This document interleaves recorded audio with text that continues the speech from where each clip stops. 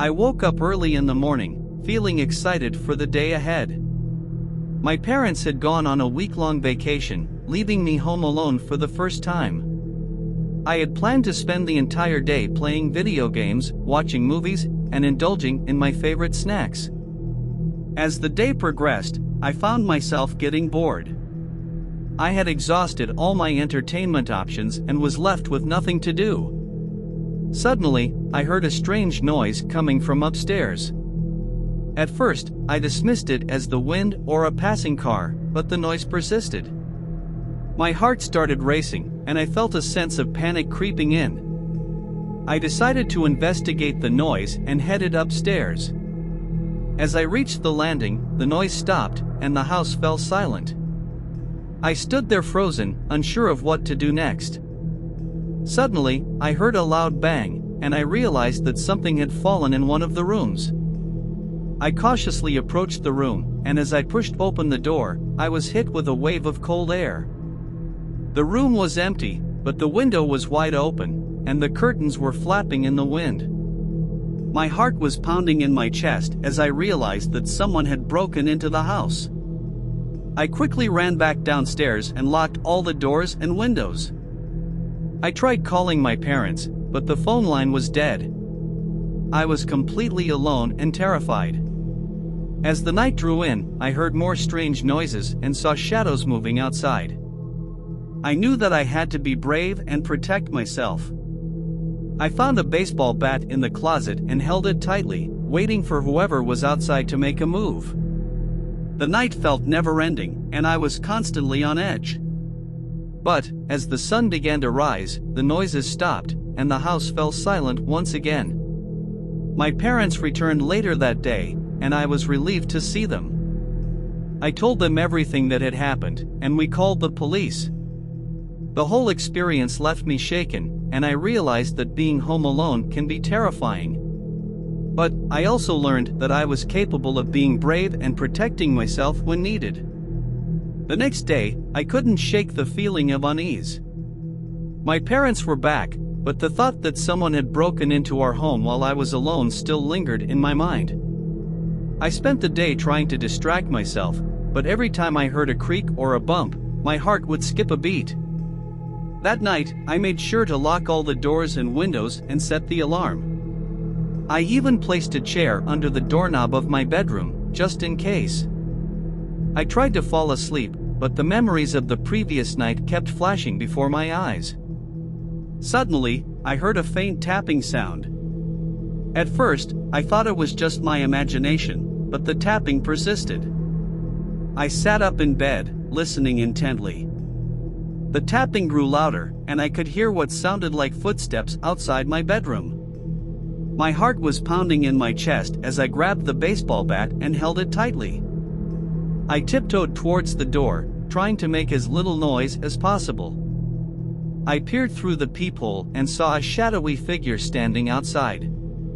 I froze, not knowing what to do. Should I call the police? Should I try to scare off the intruder? I decided to take matters into my own hands and slowly opened the door, holding the baseball bat in front of me. To my surprise, it was just my neighbor's cat, who had somehow gotten onto our roof and was tapping on my window. I let out a sigh of relief, feeling foolish for being so scared. I shooed the cat away and went back to bed, feeling silly for overreacting. But, even though it was just a harmless cat, the incident had reminded me of the importance of being vigilant and taking precautions to protect myself. The experience had made me more aware of my surroundings and had taught me to trust my instincts.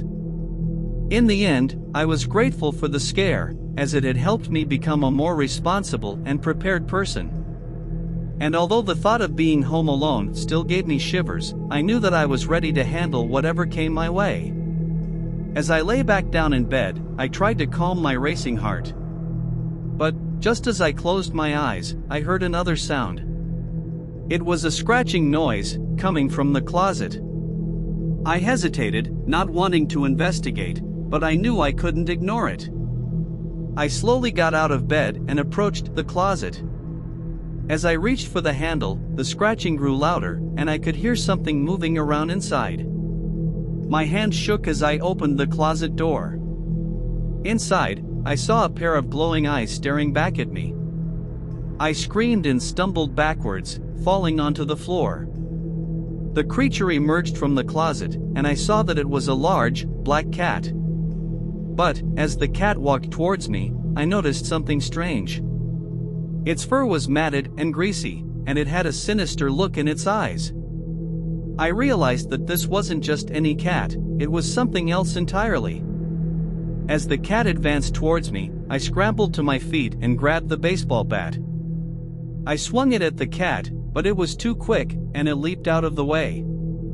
I could feel my heart pounding in my chest as the cat circled me, its eyes fixed on me. Suddenly, the cat lunged towards me, and I swung the bat with all my might. It connected with a sickening thud, and the cat let out a high-pitched scream. It collapsed onto the ground, twitching and writhing in agony. I stood there, panting and shaking, as I realized what I had done. I had just killed a creature, and I didn't even know what it was. I felt sick to my stomach, and I knew that I would never be the same again. The rest of the night passed in a blur. I couldn't sleep, and every time I closed my eyes, I saw the cat's glowing eyes and felt the weight of the baseball bat in my hands. When my parents returned the next day, I didn't tell them what had happened. I couldn't bring myself to relive the experience. But, as the days turned into weeks, I realized that I couldn't keep it a secret forever. I finally told my parents what had happened, and they were shocked. We called the police, and they investigated, but they never found any evidence of a break-in or any strange creatures in the house. I was left with more questions than answers, and I knew that I would never forget that night. The experience had taught me to be more careful and to trust my instincts, but it had also left me with a deep sense of unease that would stay with me for the rest of my life.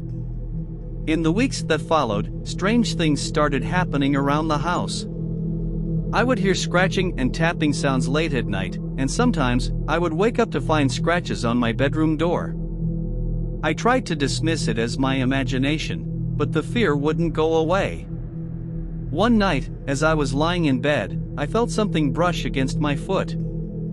I sat up in bed and saw the same glowing eyes staring back at me. This time, there was no mistaking it, it wasn't a cat. It was a creature with razor-sharp teeth and elongated claws, crouched at the foot of my bed. I screamed and jumped out of bed, but the creature was too quick. It lunged towards me, and I stumbled backwards, tripping over a chair. The creature advanced towards me, its jaws open wide, ready to strike. I scrambled to my feet and grabbed the nearest object, a lamp, and swung it at the creature. It connected with a thud, and the creature let out a piercing scream. It retreated, disappearing into the darkness. I was left standing there, panting and shaking, unsure of what had just happened. Was it real, or was it all in my head? I didn't know, but I knew that I couldn't stay in that house any longer. I told my parents what had happened, and they didn't believe me at first. But, after seeing the scratches on my bedroom door and the broken lamp, they knew that something was wrong. We decided to move out of the house and never looked back. To this day, I don't know what that creature was, but I know that it was real. It had invaded my home and had tried to attack me, and I had fought back. The experience had left me with a newfound respect for the unknown and a fear of the dark that would never leave me. As we drove away from the house, I couldn't help but feel a sense of loss. That house had been our home for so long, and now, it was tainted by the memory of that creature. We moved into a new house, but it never felt like home. The fear lingered with me, and I struggled to sleep at night, plagued by nightmares of that creature coming back to finish what it started. I became increasingly paranoid, constantly looking over my shoulder and avoiding the darkness at all costs.